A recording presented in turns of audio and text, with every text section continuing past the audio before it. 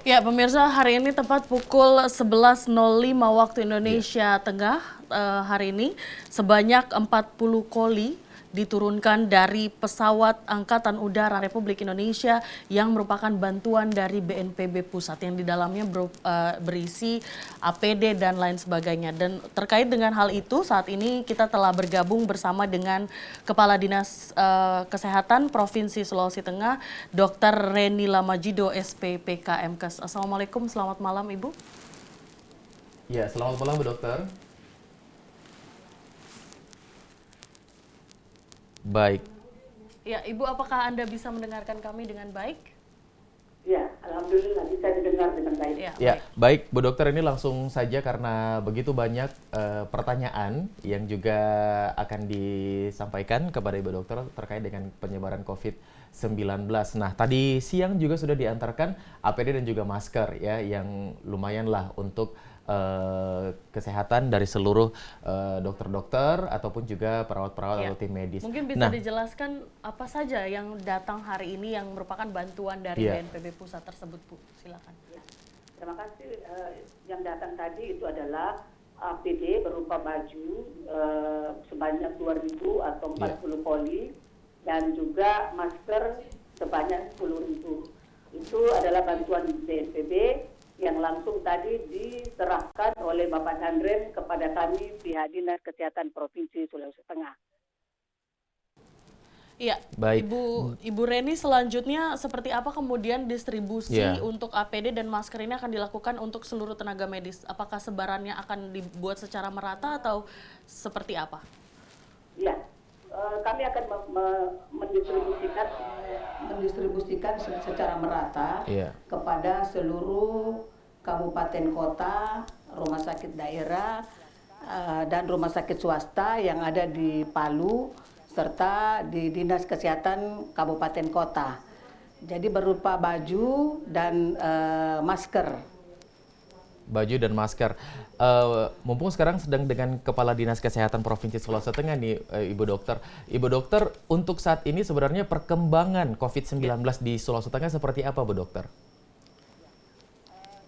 Ya, sekarang sudah ODP itu sebanyak 112 orang. Baik. Kemudian PDP itu sebanyak 26 orang dan ada 4 yang positif. Kemudian dari data Pusdatina tadi ada 2 yang meninggal. Kemudian di dalam PDP itu yang 26 sudah ada 2 yang negatif yang pemeriksaan terakhir, tetapi kami harus melakukan pemeriksaan kedua lagi dan ketika nanti negatif maka insya Allah pasien itu berdua ini akan dinyatakan sembuh. Ya, dan bisa kembali ke rumah. Betul sekali.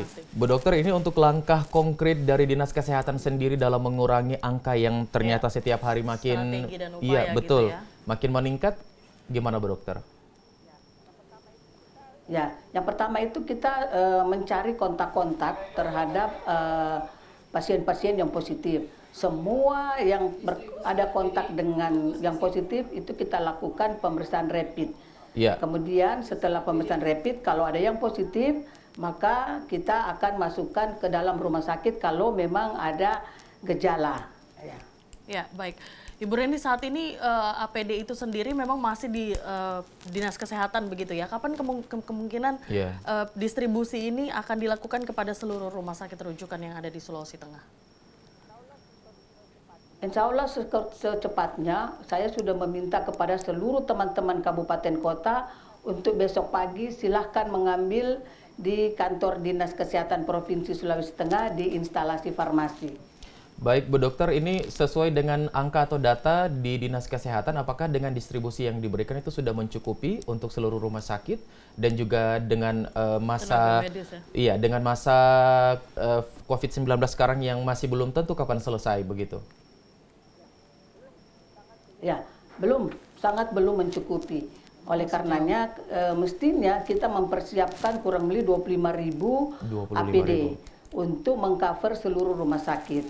Mudah-mudahan tidak ada penambahan kasus sehingga kita tidak memerlukan yang 25.000. Tetapi apapun resikonya, pemerintah Provinsi Sulawesi Tengah oleh Bapak Gubernur mengantisipasi untuk mempersiapkan APD ini sebanyak 25.000 di Provinsi Sulawesi Tengah. Langkah seperti apa Bu yang akan dilakukan oleh pemerintah provinsi untuk Menambah lagi ya? menambah APD ini hingga ke target kita 25.000 tersebut?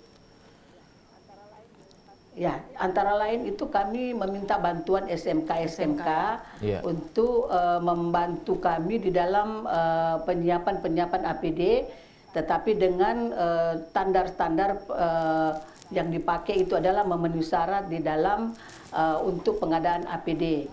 Kemudian yang kedua adalah kami mempersiapkan juga anggaran untuk pengadaan APD yang ada di Provinsi Sulawesi Tengah untuk diadakan di masing-masing kabupaten atau kota yang ada menganggarkan untuk APD-nya, supaya kita berkolaborasi, bekerja sama antara provinsi dan kabupaten kota. Ya, jadi diharapkan dengan adanya anggaran yang kemudian direlokasi itu nantinya akan dipergunakan untuk pengadaan APD, begitu Bu ya? Ya, memang APD yang diperlukan karena memang itu harus kami membuat standar terhadap tenaga medis yang akan bekerja di rumah sakit di dalam penanganan coronavirus ini. Ya. Ya, baik Bu Dokter, sejauh ini untuk pendistribusian atau persiapan pendistribusian APD di rumah-rumah sakit yang ada di Sulawesi Tengah, apakah menemukan kendala atau lancar-lancar saja sejauh ini persiapannya? Ya. Ya, alhamdulillah kami sudah selalu berkoordinasi lewat WhatsApp dan Ya. itu selalu sampaikan bahwa APD dan masker sudah siap, silakan diambil di gudang farmasi di Dinas Kesehatan Provinsi Sulawesi Tengah. Dan insya Allah besok itu semua sudah ada kurir-kurirnya dari teman-teman kabupaten kota untuk mengambil APD dan masker yang sudah kami akan distribusikan besok pagi. Ya. Baik Ibu Reni, mungkin kita agak bergeser sedikit ke fasilitas isolasi yang disiapkan di rumah sakit rujukan yang kita miliki. Seperti apa kondisinya saat ini? Apabila ada kemudian pasien yang membutuhkan ventilator, sebanyak apa yang kita miliki, bed yang kita miliki sebanyak apa, bisa dijelaskan mungkin Bu? Ya. Ya, ventilator memang kita lagi mengadakan sekarang lewat Rumah Sakit Undata.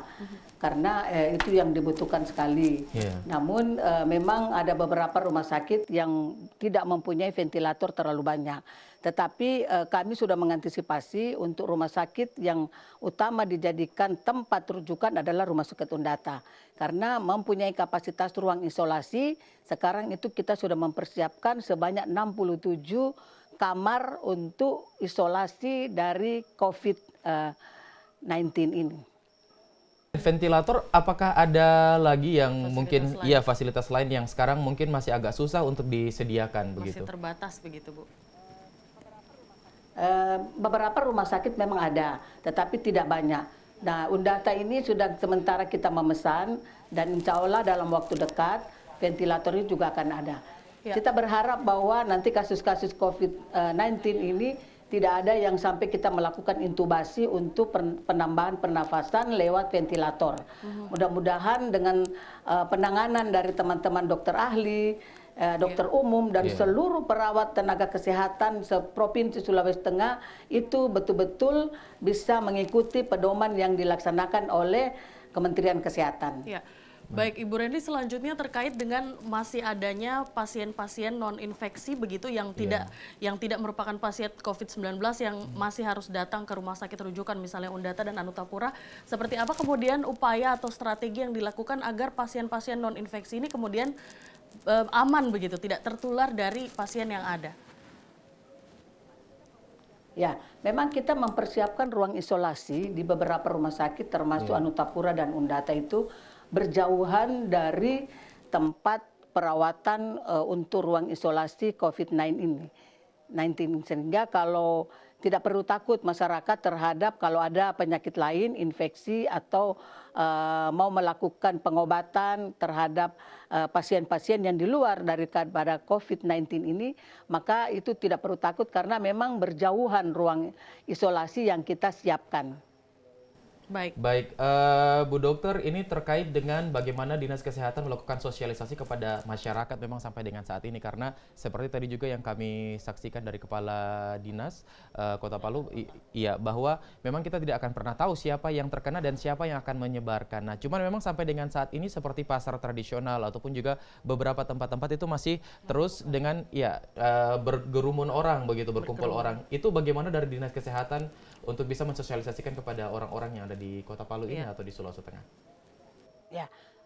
Ya, saya menyampaikan kepada seluruh masyarakat, bukan yang sakit saja yang menggunakan masker, tetapi sekarang peraturan yang terbaru dari pedoman terbaru maupun dari PMK atau KMK dari Bapak Menteri Kesehatan, bahwa seluruh masyarakat itu sudah harus menggunakan masker. Maskernya apakah dari kain boleh silakan, tetapi harus seratnya itu dalam bentuk yang agak padat supaya virus-virusnya itu tidak juga masuk.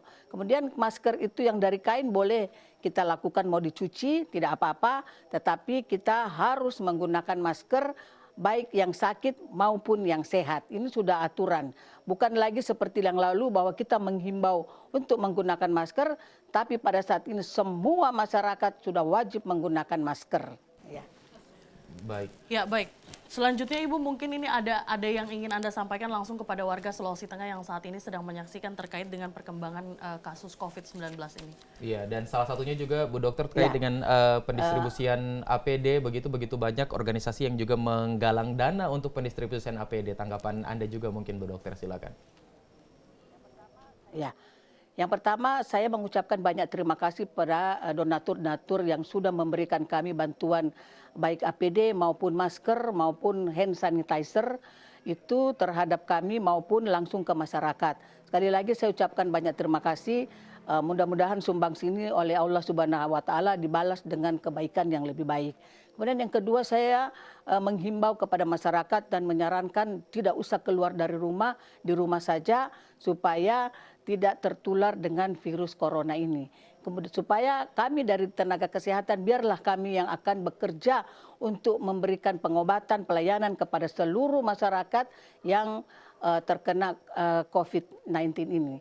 Kemudian saya juga berharap yang kedua adalah bahwa masyarakat itu harus patuh terhadap semua perintah yang diberikan oleh pemerintah pusat, pemerintah provinsi maupun pemerintah kabupaten kota. Sehingga kita bisa lebih cepat untuk memutuskan rantai virus ini terhadap orang yang lain. Yang terakhir saya ingin mengingatkan, hati-hati kepada adik-adik yang masih muda. Karena adik-adik yang masih muda itu masih kuat. Dia merasa dirinya bahwa sehat, tetapi dia adalah sejadi orang yang tidak bergejala. Sehingga dia yang akan bisa memberikan penularan terhadap orang-orang yang memang daya tahan tubuhnya tidak kuat. Jadi adik-adik yang masih muda, jangan untuk merasa muda, tetapi tetap untuk menggunakan masker, jaga jarak minimal 2 meter supaya tidak memberikan penularan kepada orang lain. Yang terakhir, jangan lupa setiap masuk rumah cuci tangan dan setiap beraktivitas cuci tangan, selesai beraktivitas cuci tangan menggunakan sabun selama kurang lebih 20 menit di air yang mengalir. Ya, baik, terima kasih Ibu Dr. Reni Alamajido SPPKMK. Semoga Ibu tetap diberi kesehatan, tetap jaga kesehatan Ibu. Sama tim ya. Sampai berjumpa Amin, di ya Rabbal wawancara Alamin. kita berikutnya. Terima kasih Ibu. Ya, terima kasih. Assalamualaikum. Akan melanjutkan informasi dalam Sulawesi Tengah hari ini, namun setelah jeda pariwara berikut ini. Tetaplah bersama kami.